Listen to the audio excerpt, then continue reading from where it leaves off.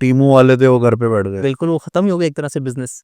तो इस वजह से एक सेकेंडरी सोर्स है ना आपने क्रिएट करनी होती है। और स्टॉक मार्केट बड़ा अच्छा प्लेटफॉर्म होता है, यहाँ पे डाइवर्सिफिकेशन भी हो जाती है, लिक्विडिटी भी होती है, यानी कि जब भी आपको चाहिए पैसे फौरन आपको मिल जाते हैं। और इसके एज बावजूद अपोज टू हमारे जो ट्रेडिशनल प्रैक्टिस है, प्लॉट ले लो या घर ले लो, किराया आता रहेगा, बेचना हो तो बेच देंगे, लेकिन वो रातों रात नहीं बिकता। इन केसेस ऑफ इमरजेंसी कभी कभी रोले वाला प्लॉट होता है, फंस जाता है।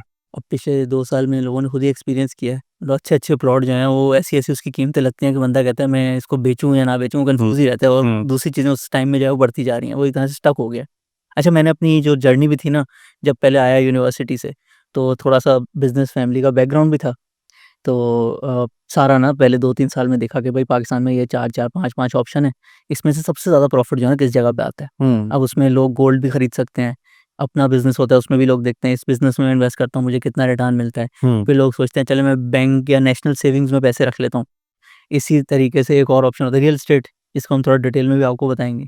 तो ये 4-5 ऑप्शन जो है ना पाकिस्तान में, इन सारों को मैंने देखा 1-2 साल लगा के ये सारा कैसे काम करता है, फाइनेंशियल सिस्टम पाकिस्तान का कैसे काम करता है। तो एक तो लोग ना बहुत सारे लोग ये गलती करते हैं कि डिसीजन ले लेते हैं इन्वेस्टमेंट का बेस्ड ऑन किसी की कहानी, और वो बेस्ड होती है 1-2 साल। यानी कि उसने 1-2 साल पहले किसी चीज़ में पैसे लगाए होते हैं, वो कहता है ये बढ़ गया तुम भी ये ले लो। अपनी तरफ से ठीक एडवाइस दे रहा होता है, लेकिन फाइनेंशियल जब आपने अपनी प्लानिंग करनी है 15-20 सालों की, तो आपने कभी भी 1-2 साल के रिटर्न नहीं देखने। 1-2 साल में तो कभी प्लॉट बढ़ जाता है, कभी स्टॉक मार्केट बढ़ जाती है, कभी गोल्ड बढ़ जाता है, कभी इंटरेस्ट रेट जैसे इतने ज़्यादा हो गए थे तो वो बेस्ट ऑप्शन बन जाता है। आपने हमेशा देखना है 20 ईयर्स प्लस, क्योंकि 20 ईयर्स प्लस से ज़्यादा ना कोई मैनिपुलेशन नहीं कर सकता। फिर वो जो एसेट है ना वो अपनी पावर जो बढ़ा रहा है, अर्निंग पावर बढ़ा रहा है, उसके हिसाब से उसकी प्राइस बढ़ेगी। तो मैंने अपनी रिसर्च 2015 में जब स्टार्ट की थी ना, तो मैं देखता होता था 1 जनवरी 1999 से कौन सबसे ज़्यादा रिटर्न दे रहा है। अब इसमें सब कुछ आ जाता है।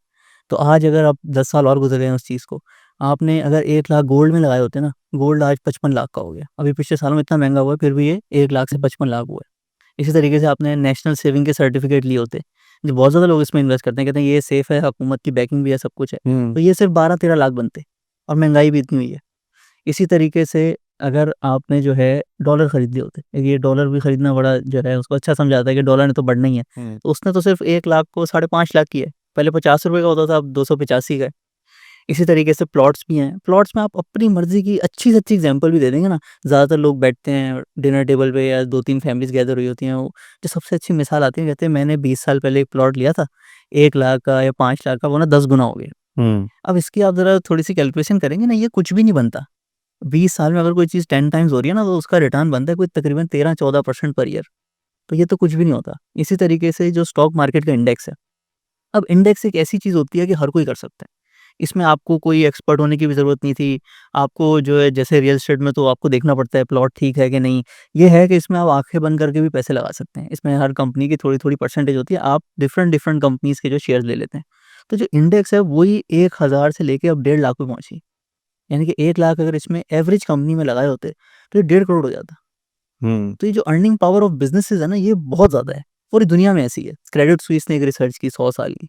उसने देखा कौन-सी एसेट्स जो है ना, वो सबसे ज़्यादा रिटर्न देते हैं। तो उसमें भी रि जो है स्टॉक्स था वो नंबर 1 पे आया। रियल एस्टेट का कोई 8वाँ 10वाँ नंबर था। तो मतलब इसके बैकएंड पे और पे जब मैंने अपनी रिसर्च की ना, ये तो क्वांटिटेटिव है कि रिटर्न कौन ज़्यादा दे रहा है, नंबर्स में कौन अच्छा लग रहा है। लेकिन जो इसकी क्वालिटेटिव साइड है, ये होता क्यों है?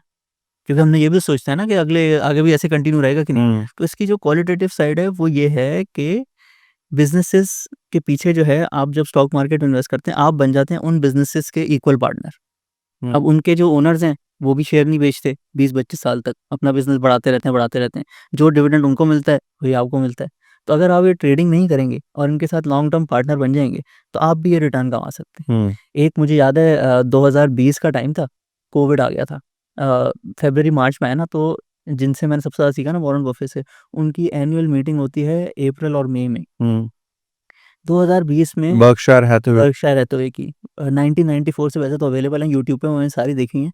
लेकिन 2022 का हवाला 2020 का हवाला इसलिए दे रहा हूँ कि उस टाइम पे वो उस स्टेडियम में ना वैसे 40,000 की कैपेसिटी है, पूरा फुल होता है, लेकिन उस साल रिस्ट्रिक्शंस लगी थी, कोई भी नहीं आया। अकेले बैठ के उन्होंने इतनी एग्ज़ाम्पल से समझाया कि दुनिया में वर्ल्ड वॉर 1 भी होगी, अमेरिकन प्रेसिडेंट भी असैसिनेट हो गया था, पाकिस्तान की चीज़ें देख लें तो इधर भी जो है डिफरेंट गवर्नमेंट्स आती रहती हैं, वॉर्स होती रहती हैं, लेकिन एंड में बिज़नेस ओनर्स ने प्रॉफ़िट बनाना ही बनाना है। तो उन्होंने भी अपनी एग्ज़ाम्पल दी यूएस की कि इतनी सारी चीज़ें हुई दुनिया में, कोल्ड वॉर भी हुई, सब कुछ हुई, लेकिन American business owners will keep making money.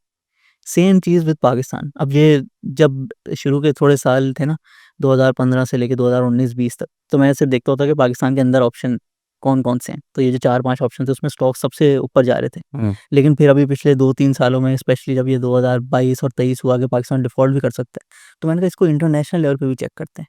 क्योंकि अब तो ग्लोबल विलेज है, आप कहीं भी काम कर सकते हैं, आपके पास हर दुनिया का ऑप्शन है। तो मैंने ये सारे जो पाकिस्तान के प्रॉफिट्स हैं ना, इनको डॉलर्स में भी चेक किया। अब लोग अमेरिका की एग्जांपल देते हैं। अमेरिका के ना 2 मशहूर इंडेक्सेस हैं।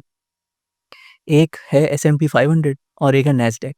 नैस्डैक जो है, क्योंकि उसमें सारी टेक्नोलॉजी वाली कंपनीज़ है ना, उसके रिटर्न ज़्यादा हैं। अच्छा, before we move further on this, जो हमारे यंग ऑडियंस है या वो जिनको नहीं पता, उनको इंडेक्स और स्टॉक में फ़र्क पता है। स्टॉक एक कंपनी का होता है, जैसे एप्पल का शेयर हो गया, माइक्रोसॉफ्ट का हो गया।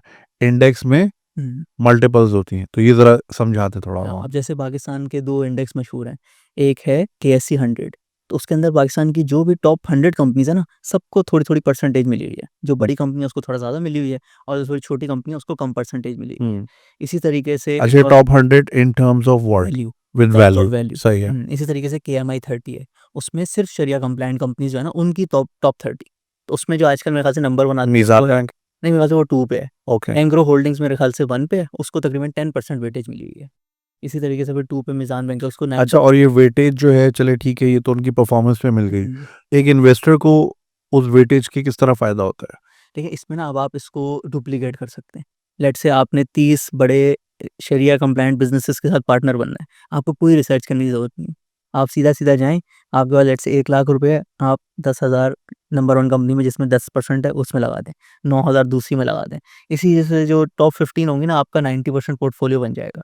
फिर सही, जो उसका रिटर्न आएगा ना इंडेक्स, आपका भी वही आएगा, क्योंकि आपने भी तो वही खरीदा हुआ है। सही। तो ये बड़ा आसान तरीका है दुनिया में किसी भी उस मुल्क के जो टॉप बिज़नेस ओनर्स हैं ना, उनके साथ इक्वल पार्टनर बनने का, और जो वो कमा रहे हैं, वो आप भी कमा सकते हैं। सही और है। पाकिस्तान में जैसे आप खबरों में आप देखें, यही बात होती रहती है। ये आम बंदा जो है वो काम कर कर के उसकी ज़िंदगी ख़त्म हो जाती है, लेकिन बिज़नेस ओनर्स के प्रॉफ़िट बढ़ते जा रहे हैं। कभी कोई आईपीपीज़ का स्कैंडल आ जाता है, कभी बैंक्स का कहते हैं बहुत पैसे बना रहे हैं, कभी शुगर का आ जाता है। तो ये एक प्लेटफ़ॉर्म होता है जिधर आप भी जो है ना इनके साथ पार्टनर बन के जितना ये प्रॉफ़िट अर्न कर रहे होते हैं वो कर सकते हैं।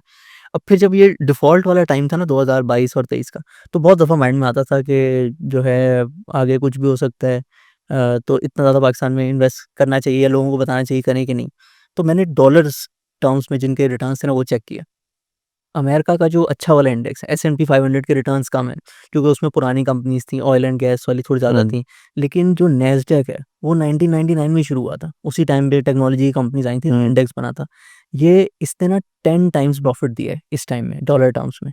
ये तकरीबन शुरू हुआ था 2300 से, आज ये तकरीबन 23,000 पे है। तो इसने ना जो पूरा टाइम है 1999 से लेके आज तक, आपने अगर पैसे लगाए तो आपके 10 टाइम्स हो जाते हैं डॉलर्स में।